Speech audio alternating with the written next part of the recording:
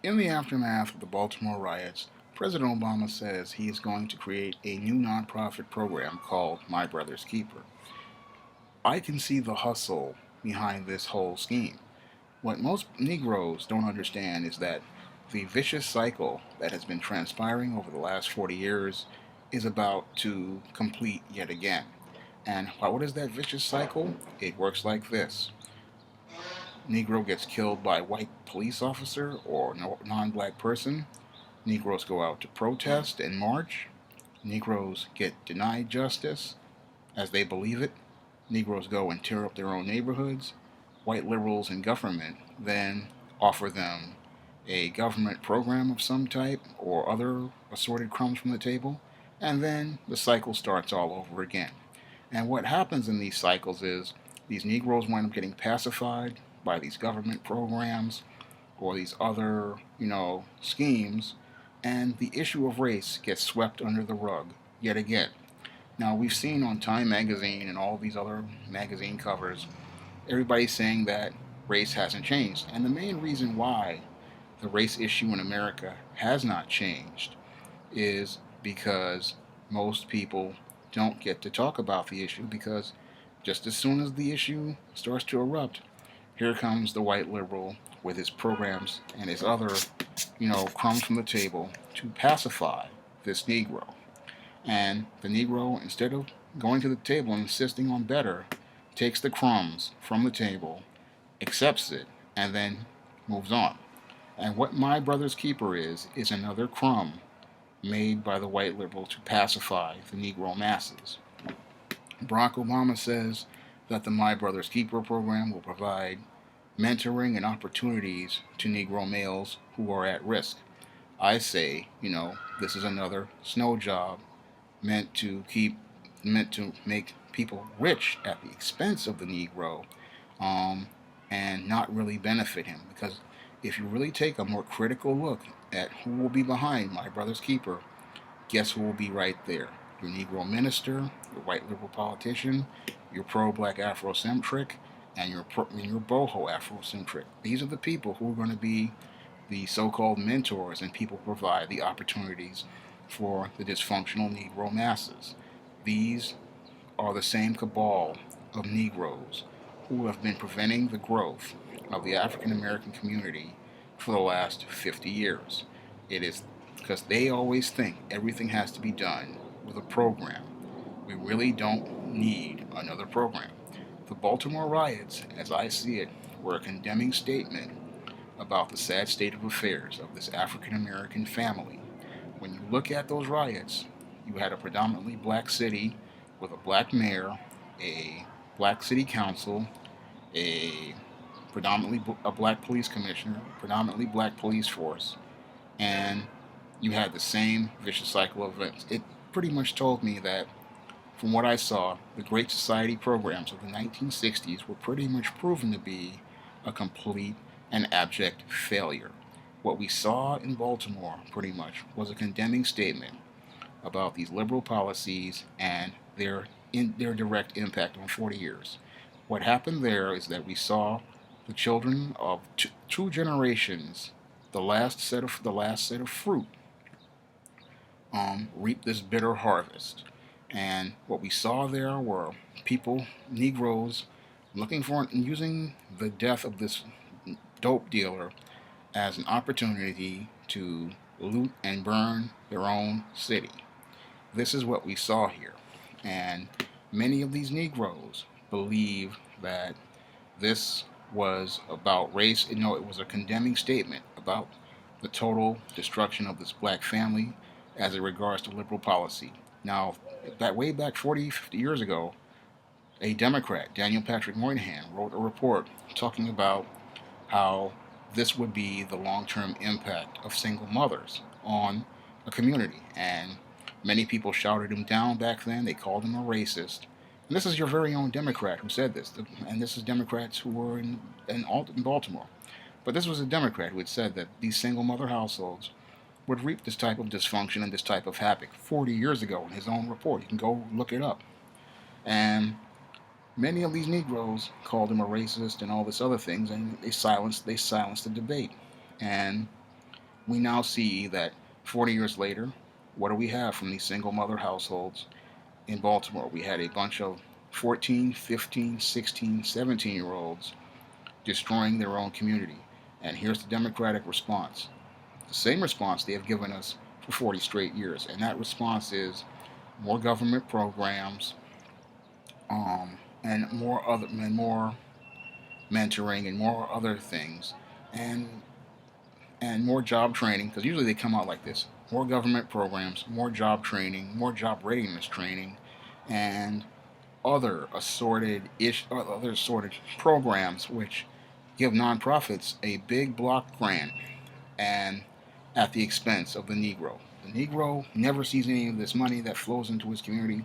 This block grant money flows in. It flows right into the hands of the same individuals in that unholy trinity I discussed in a previous video: your Negro pastors, your pro-black Afrocentrics, and your boho women, and your white liberal politicians. They all reap the bounty of this money through their government programs.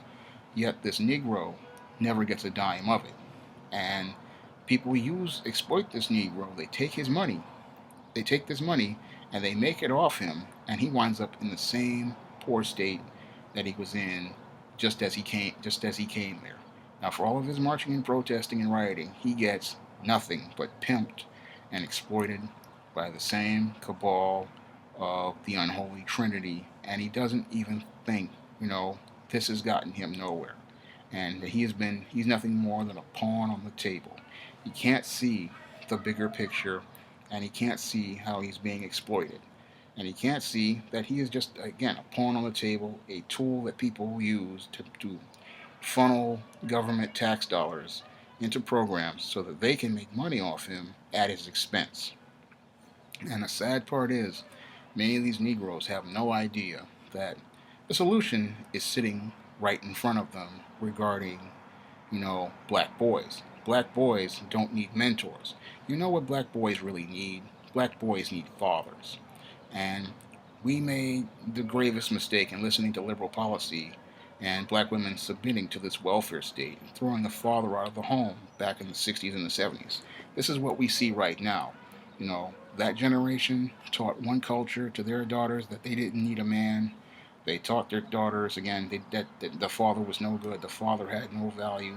And now, 40 years later, we see the value of this father, because in this bitter harvest, this is what we see. You put this seed in the ground all the way back in the 60s and the 70s, and with each harvest that came up without that father, we saw more and more dysfunction with each passing generation.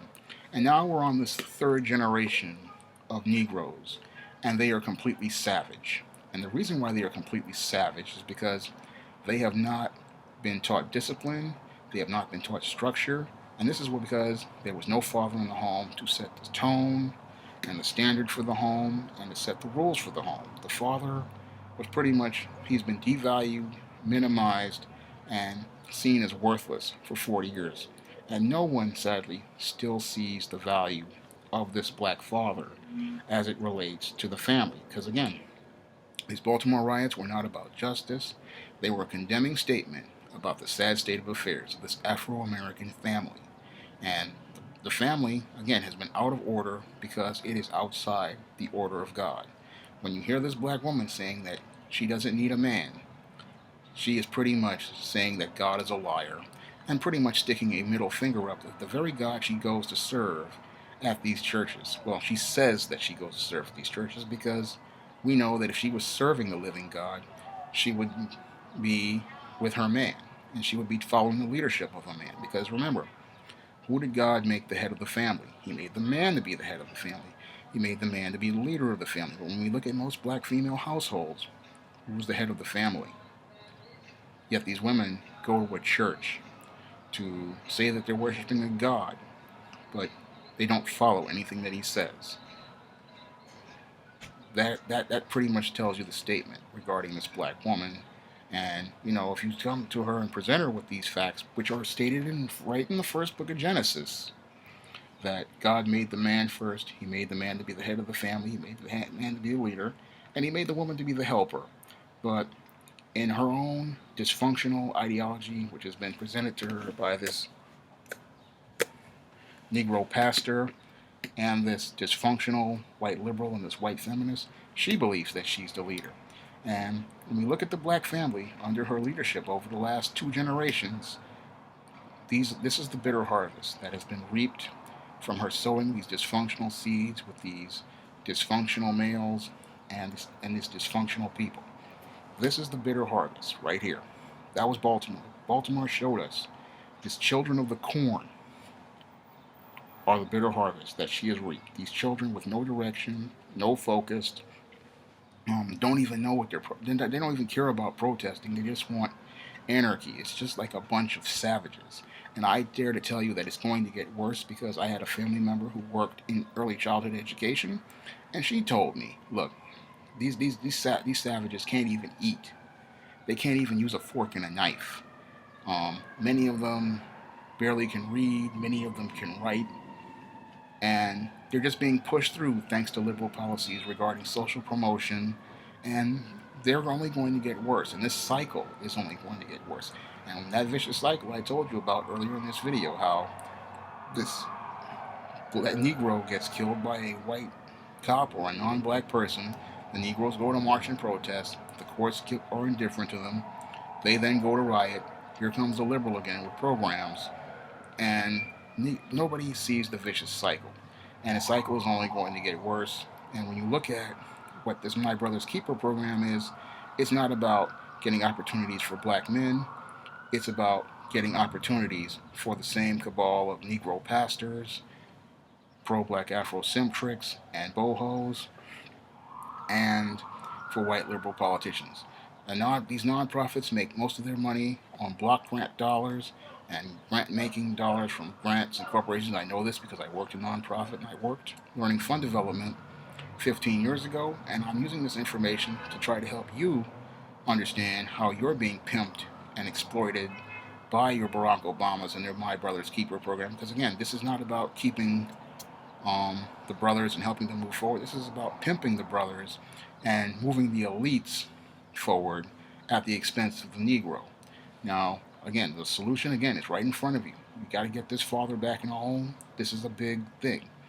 These boys don't need mentors. These boys need fathers, and we keep trying to, replace and substitute, bring in these substitutes. This is what the liberals have been doing for the last 40 years. He's been trying to bring in a substitute. I wouldn't even just say the liberal, but this black woman has always been trying to, listening to these feminists, has been trying to bring in this substitute for this black father, and every substitute she has brought in has been a complete failure. From the uncles to the boyfriends to the man, I don't know what this man does, but he just sits in the house and just eats all day.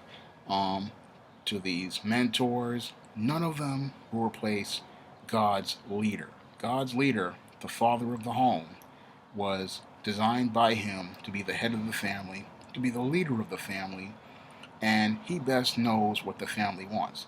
Now, with many of these black women, what they think they're going to do is try to substitute him, and over the last 40 years, it's been proven you can bring in whoever you want. None of them will have the same impact as this father. This father is the only person who can supervise his family and control his family and manage his family and deal with his son. He is the only one who can rear a boy to become a man. None of these substitutes will ever replace this father in the home. None of them will ever be the role model for this boy on what it means to be a man, because, again, half of this boy comes from this man, and this man better understands this boy and the needs of this boy than anybody else in this world. So he cannot be replaced, he cannot be changed, and you need to and most of these black women need to understand, you cannot bring in anybody else to do the job of a father. The role of a father was made by God to be distinct. It is a very powerful role, and without this father there, this son never learns how to become the best leader he can possibly be and learn how to be the best man he can be. Now, I hear a lot of these women talk about, well, this N-word ain't crap, and this man ain't no good. Well, you pick this man, and if you wanted a good son, you need to pick a man with the integrity and the character and the moral conviction to be the father of your child. You just can't pick any random dude to be a father. And you have to think about that before you get involved with these men. This is something your Negro female never thinks about because, again, she's an emotional person and all she thinks about is how cute he is, how curly his hair is, and, how many Jordans he has. I know about this because, again, many of these women who were the mothers of these kids in this Baltimore riot, they were my age 25 years ago when they were conceiving these Negroes and other assorted Negroes.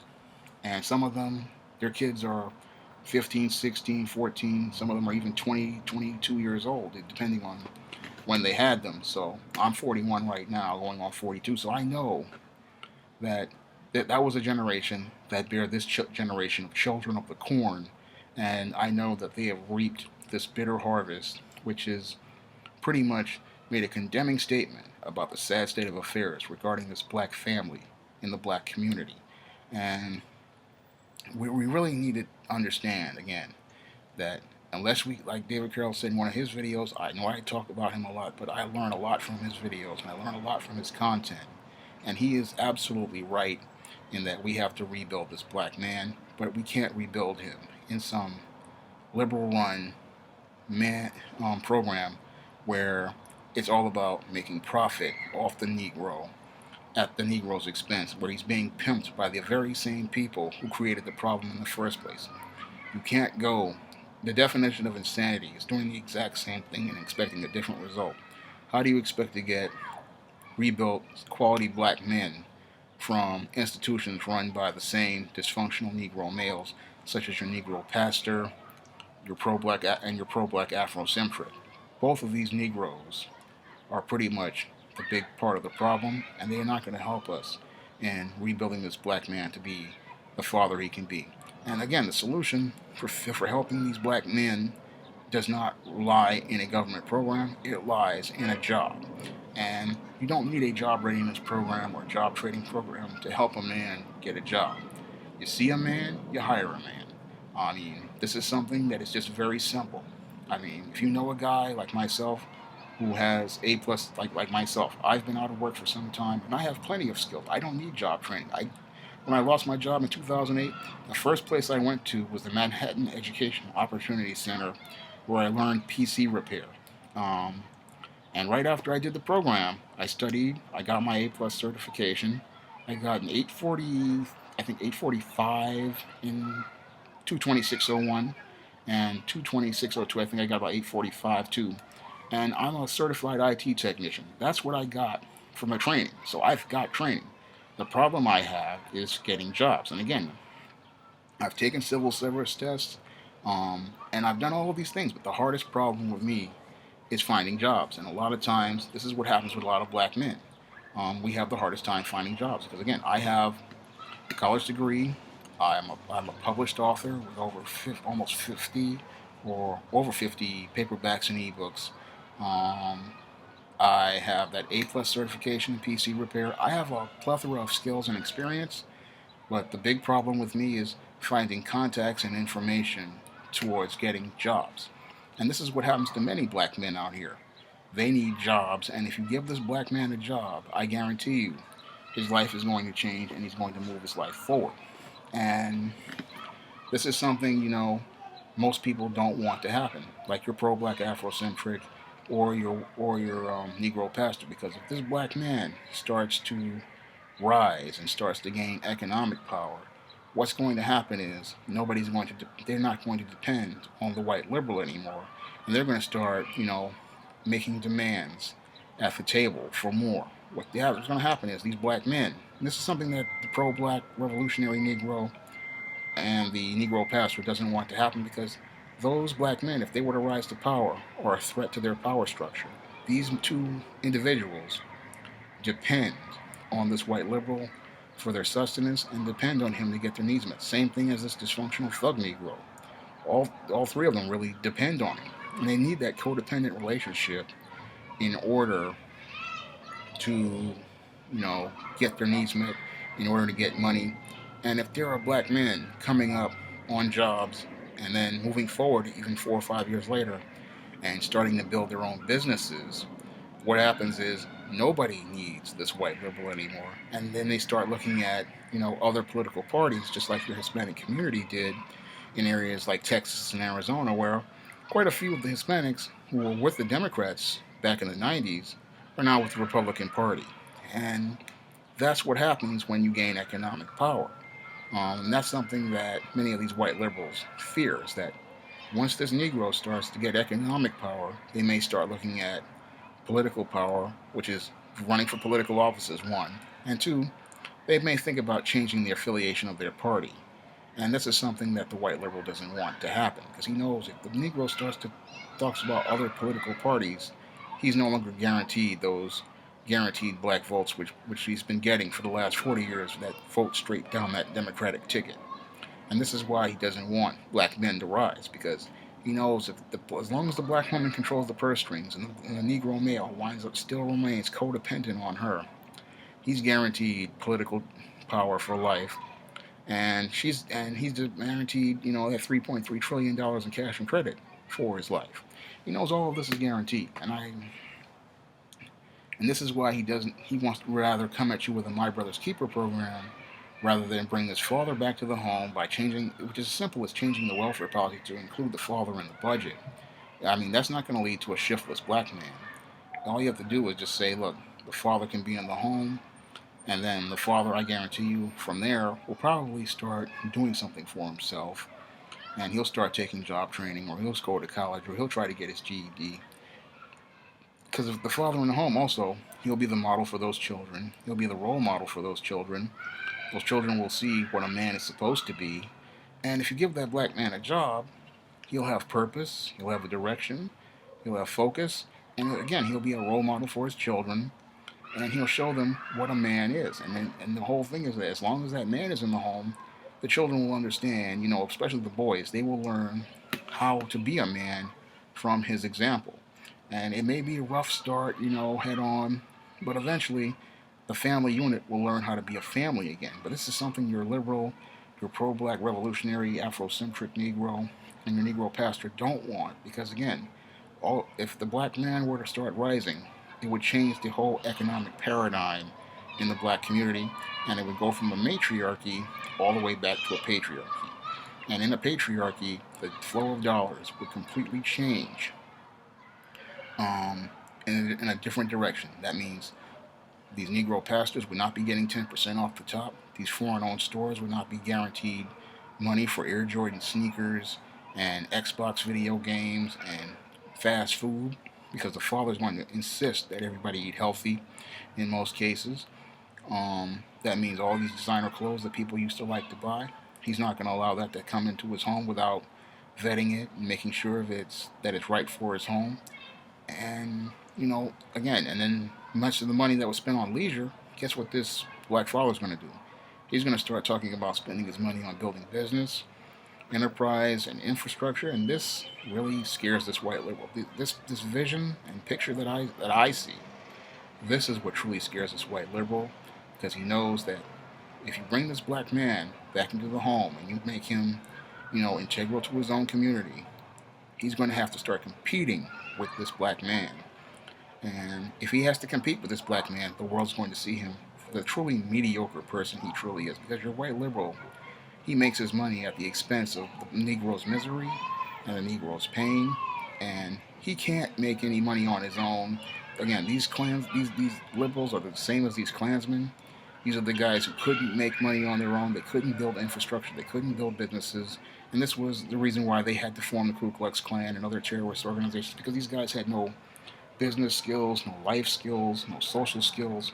So they had to do this because they didn't know how to do things. Because a lot of times, when the black family was intact back in the Reconstruction era, and they saw these black people building towns and businesses and infrastructure on their own, these same white people could not do it. And these are the same people who the liberal comes from and the feminists come from. And a lot of people don't understand that this is where the liberal and your feminists come from these same dysfunctional people who could never do anything on their own.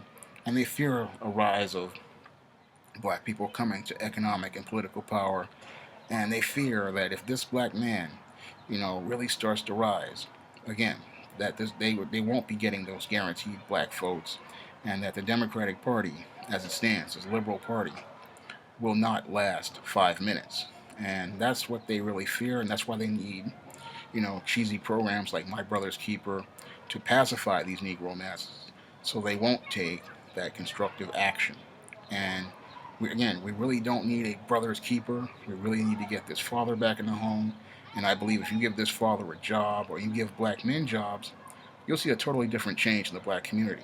The reason why the black community is out of whack is because the natural order of God has been reversed, and you can't have a community function when it is outside the order of God. If the father is meant to be the head of the family and the head of the household, how can it function when you have a black woman as the head of the household? And it just can't function. And this is the bitter harvest we saw in Baltimore. And if nobody really wants to see that bitter harvest, then I don't know what's wrong with you, because that's what I saw in those riot pictures. I did not see anything about Freddie Gray. All I saw was a condemning statement about the sad state of affairs of this black family. That's all I have to say for this video. I have a lot of great books on Amazon.com. Many of them are on Amazon Prime, so you can just, Kindle Unlimited, so you can borrow them for free if you have Amazon Prime. The other ebooks start at 99 cents, and the classic, Why 70% of Black Women Are Single, where I go into many of the talking points here I made in this video, is available for the low price of $5.99 in ebook format. Again, that's all I have to say for this video. You can comment, rate, and subscribe.